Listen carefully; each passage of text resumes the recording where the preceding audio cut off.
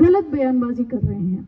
मुख्यमंत्री जी ने budget reply के भाषण में कह दिया कि यदि कांग्रेस के किसी नेता ने यमुना जल समझौते के लिए पत्र भी लिखा हो तो दिखा दीजिए।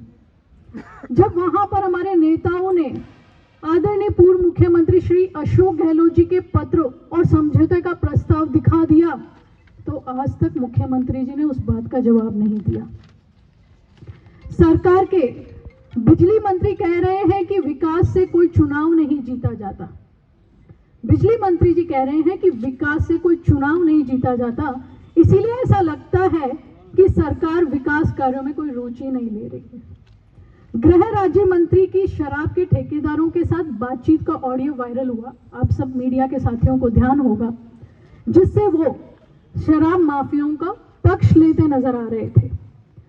और शिक्षा मंत्री जी का तो आपको पता ही है कि किस तरह से उन्होंने महिला शिक्षिकाओं के लिए गलत बयानबाजी, साड़ी की बात कही थी। कभी मोबाइल उपयोग नहीं करने की बात करते हैं और कभी पेड़ पौधे लगाकर फोटो खींच के भेजने की बात कर देते हैं। सरकार के एक मंत्री जी जिन्हें स्वयं नहीं पता कि मैं मंत्री हूं या नहीं हूं, कभी एसओजी के ऑफिस शिकायत करने पहुंच जाते हैं, कभी पुलिस वालों से हिरासत में लिए लोगों को छुड़वाने पहुंच जाते हैं। सरकार की स्थिति यह है कि मंत्री एक एसएचओ पर प्रेस वार्ता का आरोप लगाता है, पर अभी तक कोई कार्यवाही नहीं हुई है। यानी या तो मंत्री के आरोप गलत है या सरकार में कार्यवाही करने का कोई साहस नहीं है। ऐसे ही सरकार की एक विधायक, पूर्व मंत्री एक अधिकारी पर आरोप लगाती है। इस मामले में भी ना अधिकारी पर कोई कार्यवाही हुई, ना ही विधायक ने अपने आरोपों को गलत बताया। जालोर में, हम जालोर की बात करते हैं, जालोर में जवाई बांध के मुद्दे पर यहीं के मुख्य सचेतक जोगेश्वर गर्ग कहते हैं कि अधिकारी उन्हें मुद्दा घुमा रहे हैं, मुख्यमंत्री को मिसफीड कर रहे हैं, काम नहीं होने दे रहे। इसका मतलब तो ये हुआ कि 5 बार के वरिष्ठ विधायक और मुख्य सचेतक की बात भी सरकार में कोई सुनवाई नहीं हो रही है। राइजिंग राजस्थान के नाम से इवेंट करवाया जा रहा है, जिसमें 35 लाख करोड़ रुपए के एमओयू होना बताया गया है। ये आंकड़ा वैसे ही है जैसे आपको याद होगा कोविड लॉकडाउन में मोदी जी ने 20 लाख करोड़ का एक पैकेज जारी किया था।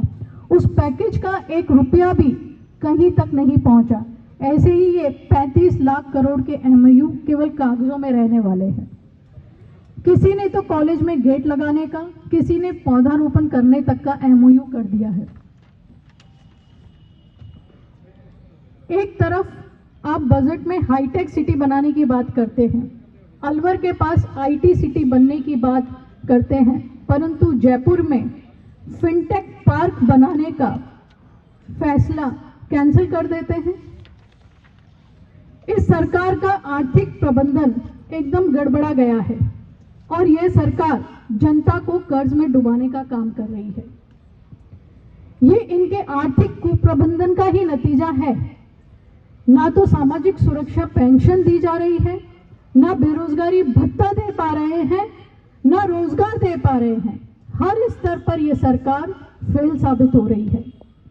शुरुआत में वाहवाही लूटने के लिए पेपर लीक का मुद्दा उठाया, कुछ लोगों को गिरफ्तार भी किया गया। अब सभी लोग जेल से छूटते जा रहे हैं।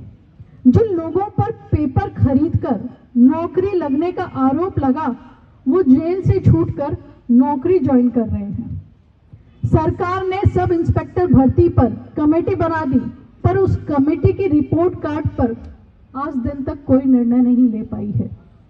इसी तरह नई जिलों पर सरकार के 6 महीने के कामों पर कमेटी बना, इन कमेटियों को भी रिपोर्ट आज दिन तक सार्वजनिक नहीं हो पाई है। कोई भी मुद्दा होता है, उसका हल निकालने के लिए ये सरकार केवल कमेटी बना देती है। किसी भी समस्या का हल करने के लिए कोई कमिटमेंट नहीं किया जा रहा। ये लोग धन की बात करते हैं। पिछले 1 साल में गायों की जो दुर्दशा है और गायों की वजह से जो सड़क हादसे होते थे, उनकी संख्या भी लगातार बढ़ती जा रही है। पाली में ही आप देख लीजिए, दिसंबर के महीने में गौवंश के कारण हुए सड़क हादसों में 5 दिन में लगभग 10 मौतें हो गई हैं। सरकार ने इसका उपाय निकाला कि गाय को अब आवारा नहीं कहा जाएगा, गाय को अब आवारा ना कहकर निराश्रित कहा जाएगा। क्या इससे गौवंश और जनहानि को खत्म किया जा सकता है? हमारी सरकार गौशालाओं को 9 महीने का अनुदान शुरू किया गया। गौ तस्करों पर प्रभावी कार्यवाही हुई। इस सरकार ने गौ तस्करों को इसलिए जमानत मिल जाती है क्योंकि सुप्रीम कोर्ट में सरकार का कोई वकील जमानत का विरोध करने के लिए नहीं पहुंचता है। वैसे ये सरकार हिंदुओं की बात करती है, हिंदुओं के नाम पर वोट लेती है, परंतु कांवड़ियों पर लाठीचार्ज इसी सरकार में हुए ये नहीं भूलना चाहिए। भिलवाड़ा में बजरंग दल के कार्यकर्ताओं को पुलिस ने इसी सरकार में पीटा। बच्चों को स्कूल में देने वाली बाल गोपाल योजना जो पूर्ववर्ती आदरणीय अशोक गहलोत जी की सरकार में बनी गई थी, उसमें से कृष्ण भगवान का नाम इसी सरकार के द्वारा हटाया गया।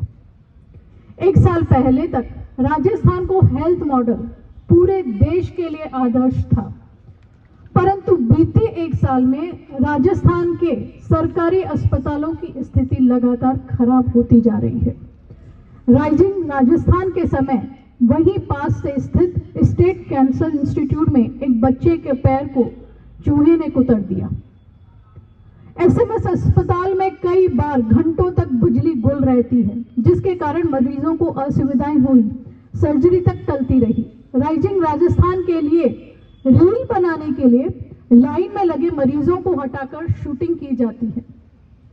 आरजीएस में गंभीर मरीजों को इलाज के लिए घंटों इंतजार करना पड़ रहा है, जिसके कारण उन्हें असुविधा हो रही है। मोदी जी ने गारंटी दी थी कि पेट्रोल और डीजल के दाम उत्तर प्रदेश और गुजरात के बराबर होंगे, परंतु अभी भी दामों में 10 रुपए तक का अंतर है। सरकार ने कहा कि पूरे राजस्थान भर में डीजल पेट्रोल के दाम समान होंगे। पूरा राजस्थान छोड़िए, जयपुर और सवाई माधोपुर में भी डीजल और पेट्रोल के दामों में खासा अंतर है।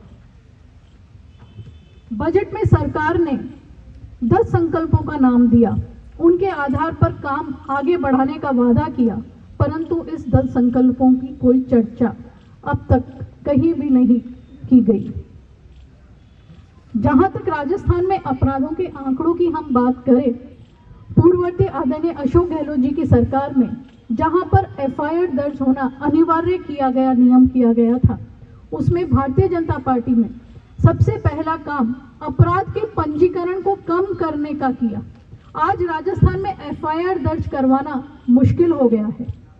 लगातार देखा जा रहा है कि पुलिस में एफआईआर के लिए फरियादों को धरने, प्रदर्शन, सिफारिश करनी पड़ रही है। इसके बावजूद भी राजस्थान में अपराध को छिपाया नहीं जा सकता।